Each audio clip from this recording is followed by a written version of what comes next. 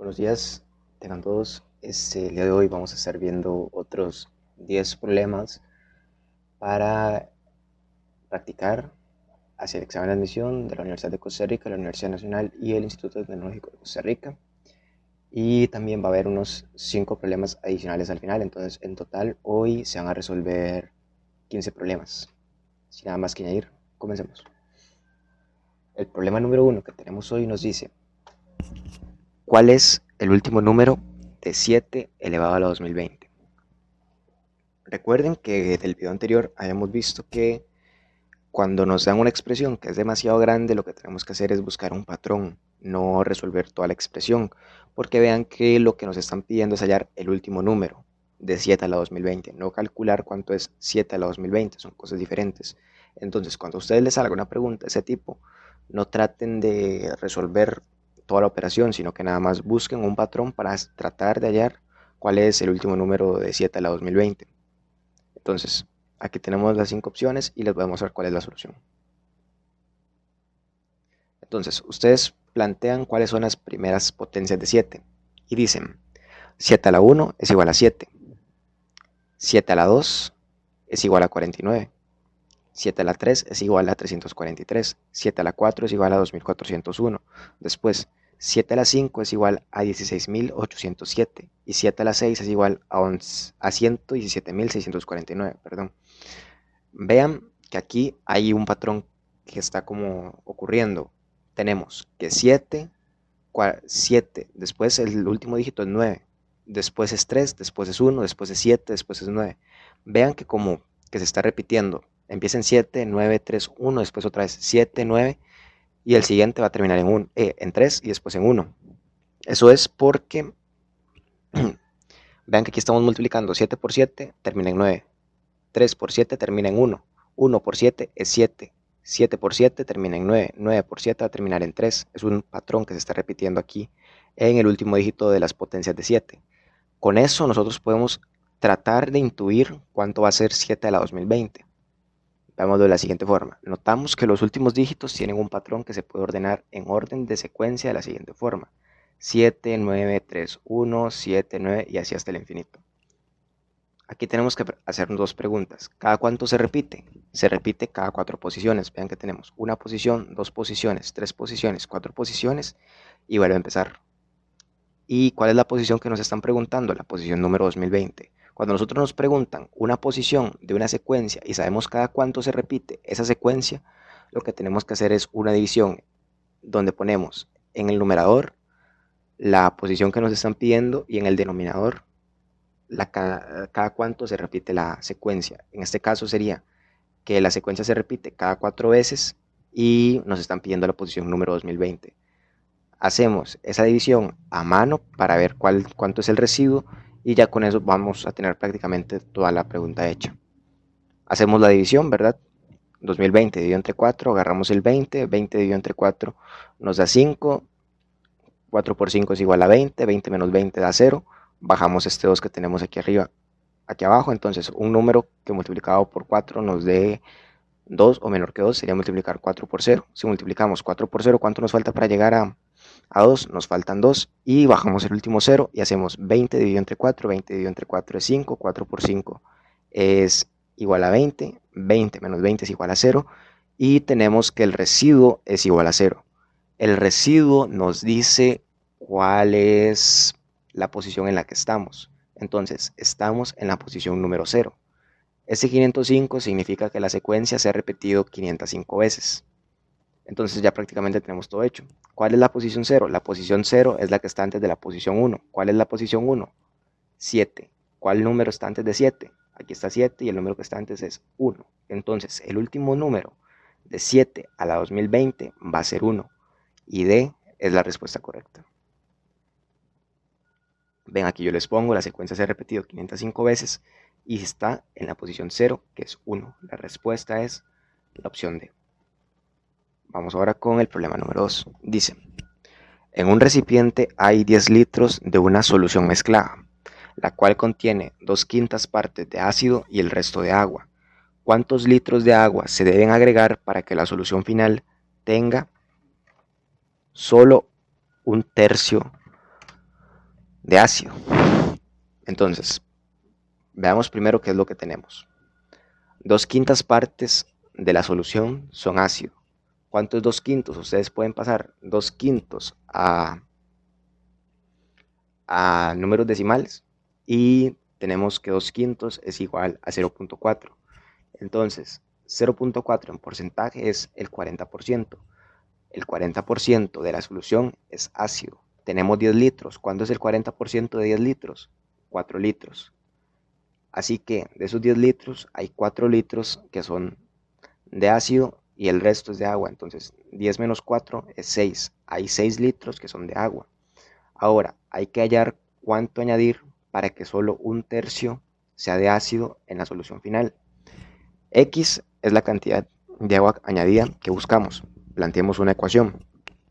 Si tenemos que los litros de ácido entre los litros totales es igual a un tercio, eso es importante, ¿verdad? Cuando ustedes quieren buscar cuál es la proporción o la cantidad que hay de una sustancia dentro de otra, tenemos que dividir esa sustancia entre el total que tenemos en toda la sustancia. Entonces, tenemos que litros de ácido entre litros totales nos va a dar un tercio.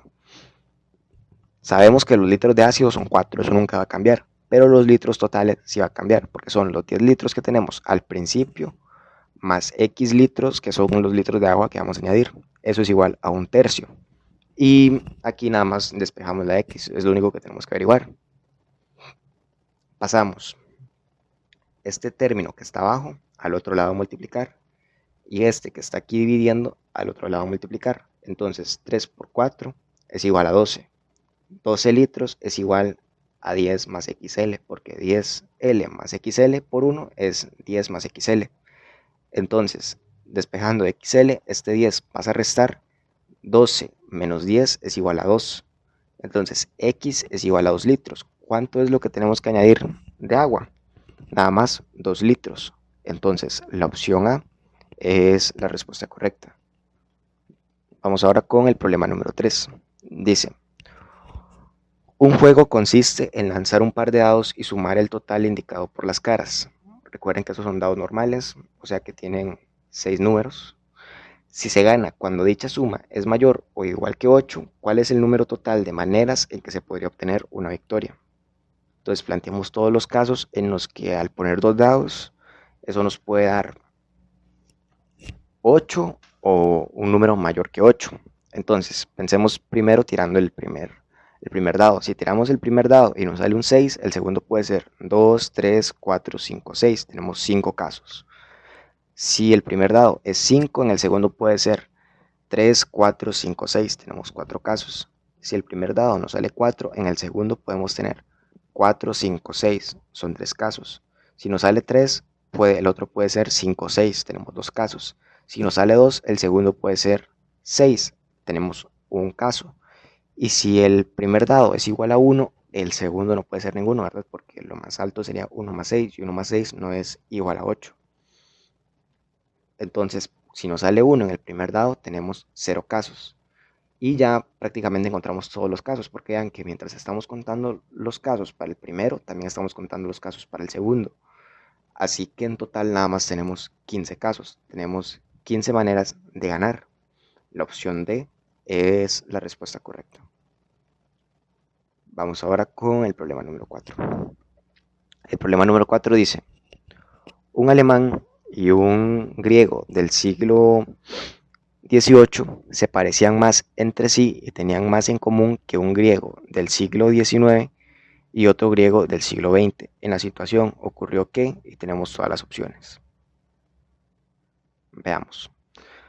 Lo que dice la pregunta es que el tiempo estableció más diferencias entre dos personas de un mismo lugar, los griegos, ¿verdad? Vean que hay más diferencia entre estos dos griegos de diferente tiempo que entre este alemán y este griego que eran del mismo siglo. Entonces, el tiempo estableció más diferencias entre dos personas de un mismo lugar que las que tenían dos personas de la misma época pero de un diferente espacio. Entonces, eso es prácticamente lo que dice la respuesta C. La respuesta C dice que el tiempo diferenció más que el espacio. Ese es el caso que nos da la pregunta. Entonces la opción C es la respuesta correcta. Vamos ahora con el problema número 5. El postulado dice, lo que se considera correcto gramaticalmente se fundamenta en la regla, en la convención y no en la lógica. Las proposiciones son: la 1 dice, las reglas gramaticales contradicen a la lógica. Vean que dice que lo que se considera correcto gramaticalmente se fundamenta en la regla y no en la lógica, pero el hecho de que no se fundamente en la lógica no quiere decir que la contradiga, no podemos aceptar eso, ¿verdad? Porque no lo dice necesariamente el texto. Una cosa es que no tengan relación y otra cosa es que se contradigan. Entonces, la afirmación 1 la descartamos todas las respuestas que tengan la afirmación 1. Entonces, descartamos la opción B, la opción D y la opción E. Entonces, tenemos que ver si la 2 es correcta o la 3 es correcta. La 2 dice que los criterios de corrección gramatical prescinden de la lógica. Vemos que lo que se considera correcto gramaticalmente no se fundamenta en la lógica. Entonces, los criterios de corrección gramatical prescinden de la lógica. ¿Qué es prescindir? Que no la requieren, no la utilizan, la pasan por alto. Entonces, la 2 es correcta. Y como la 2 puede ser correcta, si la 2 es correcta, la 3 no es correcta. Entonces, como la 2 es correcta, ya de antemano sabemos que la 3 no es correcta. Entonces, la respuesta correcta es la opción A. Pero igual le damos la 3, por si acaso. Dice, los razonamientos que contienen errores lógicos carecen de corrección gramatical. Vean que nos dice que lo que se considera correcto gramaticalmente no, no necesita de la lógica, pero en ninguna parte nos dicen qué pasa con los errores o lo que se considera incorrecto lógicamente. Una cosa es lo que es incorrecto gramaticalmente y otra cosa es lo que es lógicamente. No nos dicen qué pasa con los errores lógicos. Los errores lógicos puede que los realice de la gramática o puede que no. Como no lo dice el texto, no podemos decir que la opción 3 sea correcta. Entonces la opción A es la respuesta a esta pregunta. Entonces aquí yo les pongo, ahora la 1 no calza, pues no se puede asegurar que se contradigan. La 2 es cierta, de gramática no considera la lógica. Y la 3 no se puede afirmar porque no tenemos los datos suficientes. Vamos con el problema 6, un problema clásico en las prácticas y en los exámenes del TEC, que dice, una empresa preguntó a 600 personas qué tipos de películas les gustan más. Las respuestas son las siguientes y tenemos todos los datos. Ustedes, para resolver esas preguntas, no tienen que irse de un solo a las respuestas. Tienen que primero analizar bien qué es lo que les están dando. El truco que yo les aconsejo para poder resolver preguntas de este tipo es que dibujen diagramas. Los diagramas les pueden servir bastante para que no tengan toda la información así, porque la información aquí está mal planteada a propósito para que ustedes fallen. Por ejemplo, si nosotros tenemos 250 de fantasía, esos 250 no significa que escogieron solamente fantasía, sino que aquí también están incluidos los que escogieron tanto acción como fantasía, y están también los que escogieron fantasía como dramas y los 3 tipos de película. Todos esos están contados aquí.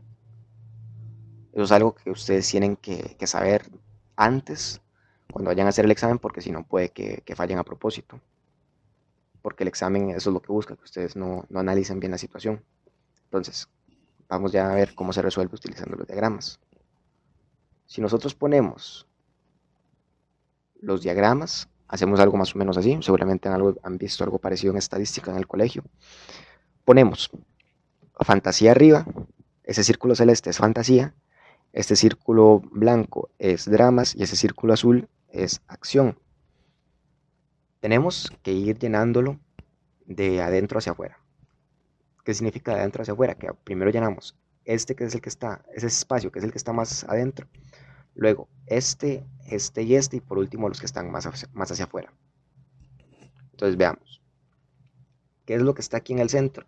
Los que escogieron los 3 tipos de película. Vean que esa es la región que comparten tanto dramas como fantasía como acción. Entonces en el centro ponemos 40, ¿verdad? Porque es lo que nos dice que 40 escogieron los 3 tipos de película. Luego tenemos que ir llenando con los que escogieron tanto fantasía como dramas, dramas y acción, y fantasía y acción. Pero a lo que pongamos ahí le tenemos que restar los 40 que ya pusimos. Veamos, por ejemplo, acción y fantasía. ¿Cuántos escogieron acción y fantasía? 120. pero entre esos 120 ya están contados los 40 que escogieron los tres tipos de película. Entonces, por eso es que tenemos que hacer una resta. Agarramos 120 y le restamos 40. 120 menos 40 es 80. Ahora, los de drama y fantasía. ¿Cuántos escogieron drama y fantasía? 150. Pero en esos 150 ya están los 40, entonces hacemos la resta. 150 menos 40 da 110, ponemos 110 aquí. Y ahora, dramas y acción. ¿Cuántos escogieron dramas y acción? 100, pero en esos 100 ya están los 40. Entonces, 100 menos 40 es igual a 60. Y ahora, ¿qué es lo que sigue? Poner los que están más hacia afuera dentro de los diagramas. Entonces, ¿qué pondríamos en fantasía? Nos dicen que los 250 que escogieron fantasía, ya está, entre ellos ya están contados estos tres. Entonces, a 250 le restamos 110, 40 y 80. Y nos quedan 20. Entonces, estos 20 son los que escogieron nada más fantasía. Ahora vayamos con los de dramas. Dramas fueron 220. A esos 220 le tenemos que quitar 60, 40 y 110. Nos quedan nada más 10. Estos 10 escogieron únicamente dramas. Ahora los de acción fueron 200. Pero entre esos 200 ya están los que escogieron acción y dramas, acción y fantasía, y los que escogieron también los tres tipos de película. Entonces a esos 200 le quito 80, 60, 80, 60 y 40. Y si hago yo esa resta, nos queda que los de acción únicamente fueron 20. O sea, los que escogieron únicamente acción. Todos estos escogieron acción, pero los que escogieron únicamente acción fueron 20. Y ya con esto se nos hace más fácil, ¿verdad? Ustedes le tienen que prestar más atención a este diagrama que a toda la información que está aquí, porque toda la información que está aquí todavía no está bien puesta para que ustedes la puedan analizar. Entonces, ¿qué es lo que hice? Ir ordenándolos de adentro hacia afuera y restando lo que ya pusimos. Por ejemplo, a los de fantasía y drama son 150, pero 40 ya los colocamos, así que solo ponemos 110. Y ya analizándolo así, la respuesta correcta se nos hace un poco más obvia, que es la opción 3. Vean que nos dice 20 personas escogieron solo películas de fantasía. Y ahora, ¿dónde están los de fantasía? Los que escogieron únicamente fantasía son estos 20 que están aquí arriba. Entonces, esa es la respuesta correcta.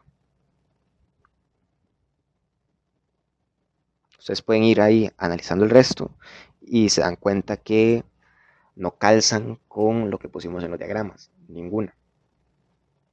Entonces, por ejemplo, esta última que dice 260 personas escogieron al menos uno de los tres tipos de película mencionados, tenemos que buscar quiénes fueron los que escogieron al menos una. ¿Quiénes fueron los que escogieron al menos una? Fueron 10, 20 y 20.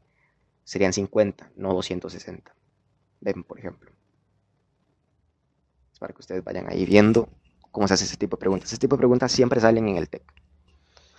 Es como una costumbre que siempre ponen una de este tipo. Entonces, prestenle mucha atención a la manera en la que tienen que acomodar el diagrama, que es como lo más importante.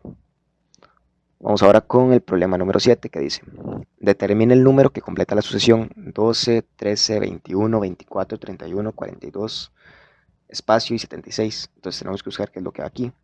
Noten que la sucesión va subiendo siempre, o sea, el número que sigue siempre es mayor al anterior.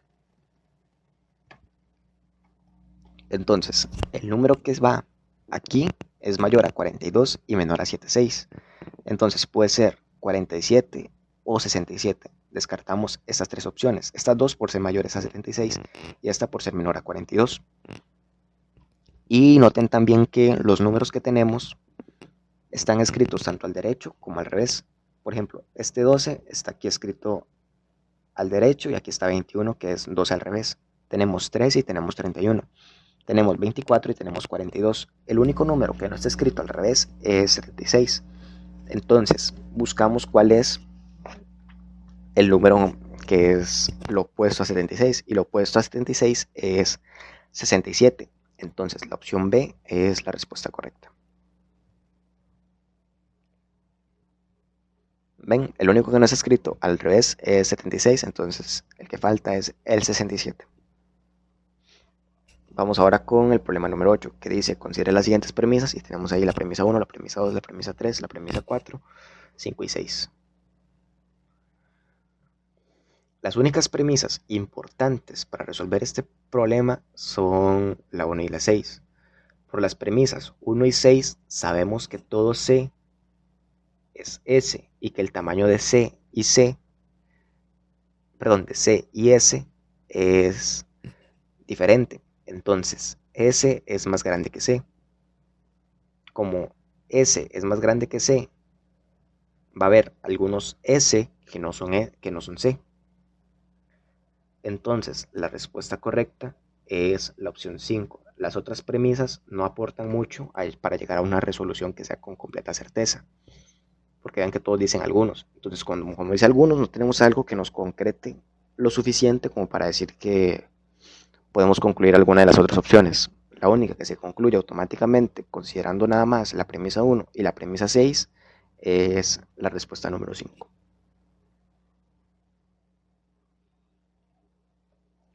Ahora vamos con el problema número 9.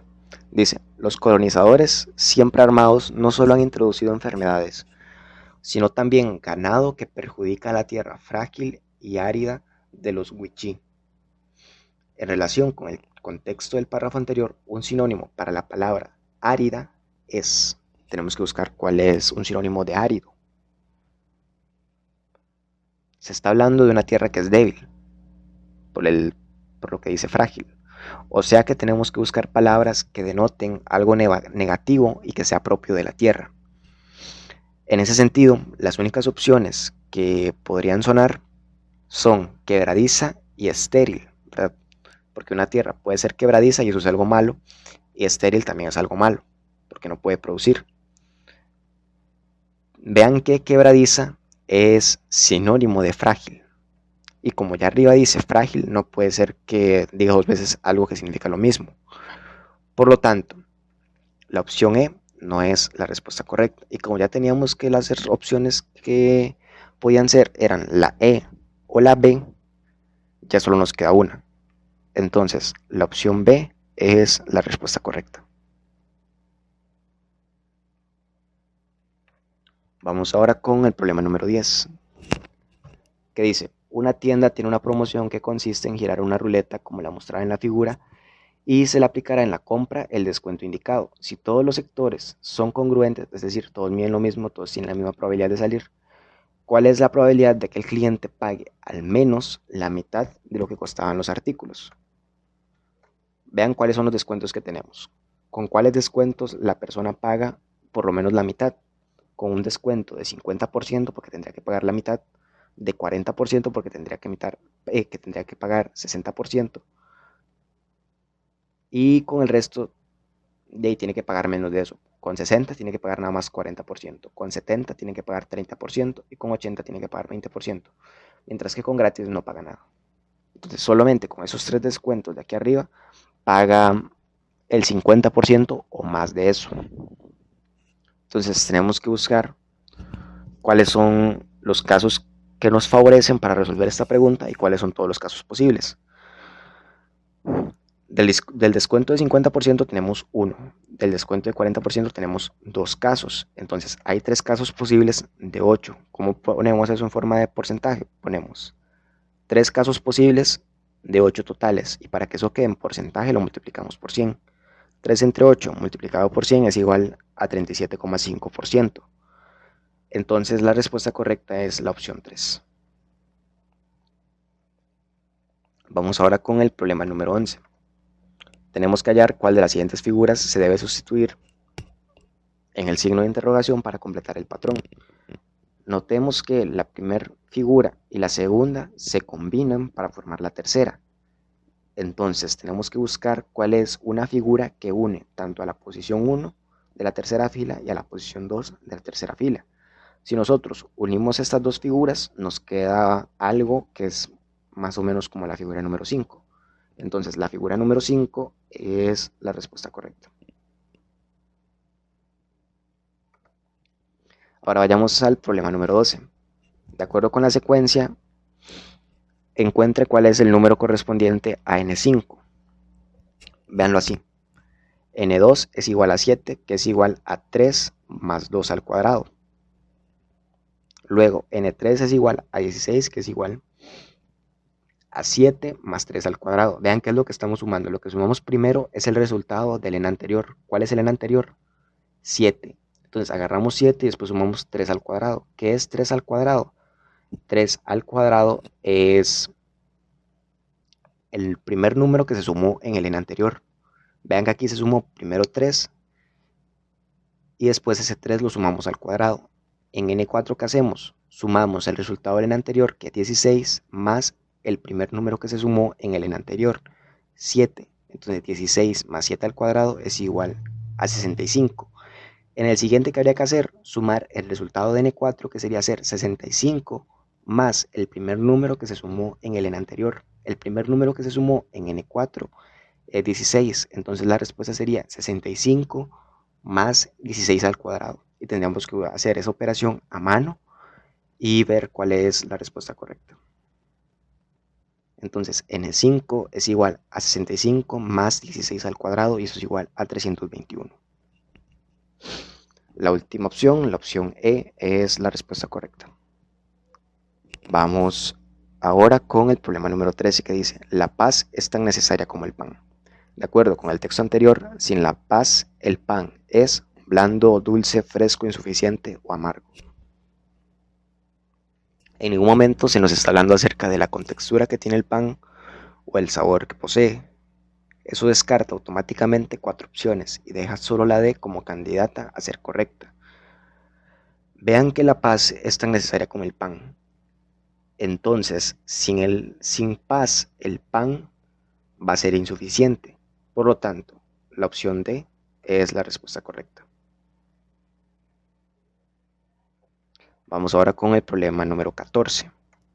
Dice, se puede representar el número 1 al cuadrado más 2 al cuadrado con, y tenemos la representación, 2 al cuadrado más 3 al cuadrado con, y tenemos la representación, 3 al cuadrado más 4 al cuadrado con, y tenemos la representación. Y ahora, de acuerdo con ese patrón, tenemos que hallar cuál es el que representa a 5 al cuadrado más 6 al cuadrado. Vean que el primer número al cuadrado siempre es el que se pone en negro. Aquí 1 al cuadrado, ¿cuánto es? 1. Tenemos una bolita que está en negro. 2 al cuadrado es 4. Entonces tenemos 4 bolitas en negro. 3 al cuadrado son 3 al cuadrado es 9. Entonces tenemos 9 bolitas en negro. 5 al cuadrado tenemos que buscar cuál tiene 25 bolitas en negro. La que tiene 25 bolitas en negro es la opción 2. Y noten también que siempre las blancas quedan en la última fila y en la última columna. Por ejemplo, aquí las únicas donde tienen las blancas en la última fila o en la última columna es la opción 1 y la opción 2. Luego, la opción 3, la opción 4 y la opción 5 tienen bolas negras en el exterior. Entonces, esas 3 opciones son incorrectas. Y la opción 2 es la que tiene 25 bolitas negras en el centro. Entonces, la opción 2 es la respuesta correcta.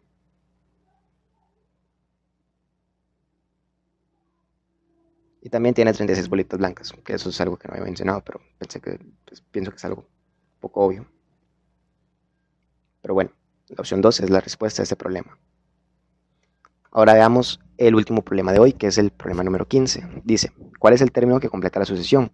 Y tenemos una sucesión. Ustedes cuando tienen sucesiones tienen que buscar cuál es como el patrón que la forma. Tenemos arriba 1, 3, 5. Vean que está aumentando de 2 en 2. Entonces 1, 3, 5, ¿cuál seguiría? 7. Entonces buscamos cuál tiene 7 arriba y es la opción 1, la 3 o la opción 5. Ahora veamos abajo. Abajo tenemos n al cuadrado, a la 4, a la 6, va de 2 en 2. Entonces sigue n a la 8. Entonces buscamos cuál tiene n a la 8. Todos tienen n a la 8, entonces eso no nos ayuda. Pero vean qué es lo que se le está sumando. Tenemos 1, 2, 3, entonces sigue 4. ¿Cuál tiene n a la 8 más 4 y arriba tiene 7? La opción 3. Entonces la opción 3 es la respuesta correcta. Tienen que tener mucho cuidado para hallar el patrón y ver cuál término es el que les están pidiendo, porque no siempre les van a pedir el que completa la sucesión. Tal vez les dicen cuál es el sexto término y les están dando 4. Entonces tienen que buscar el sexto término, no el quinto término. Nada más prestarle mucha atención a lo que les están pidiendo y con eso pueden hacer la mayoría de preguntas que son de sucesiones. Entonces la respuesta 3 es la respuesta correcta a esta pregunta.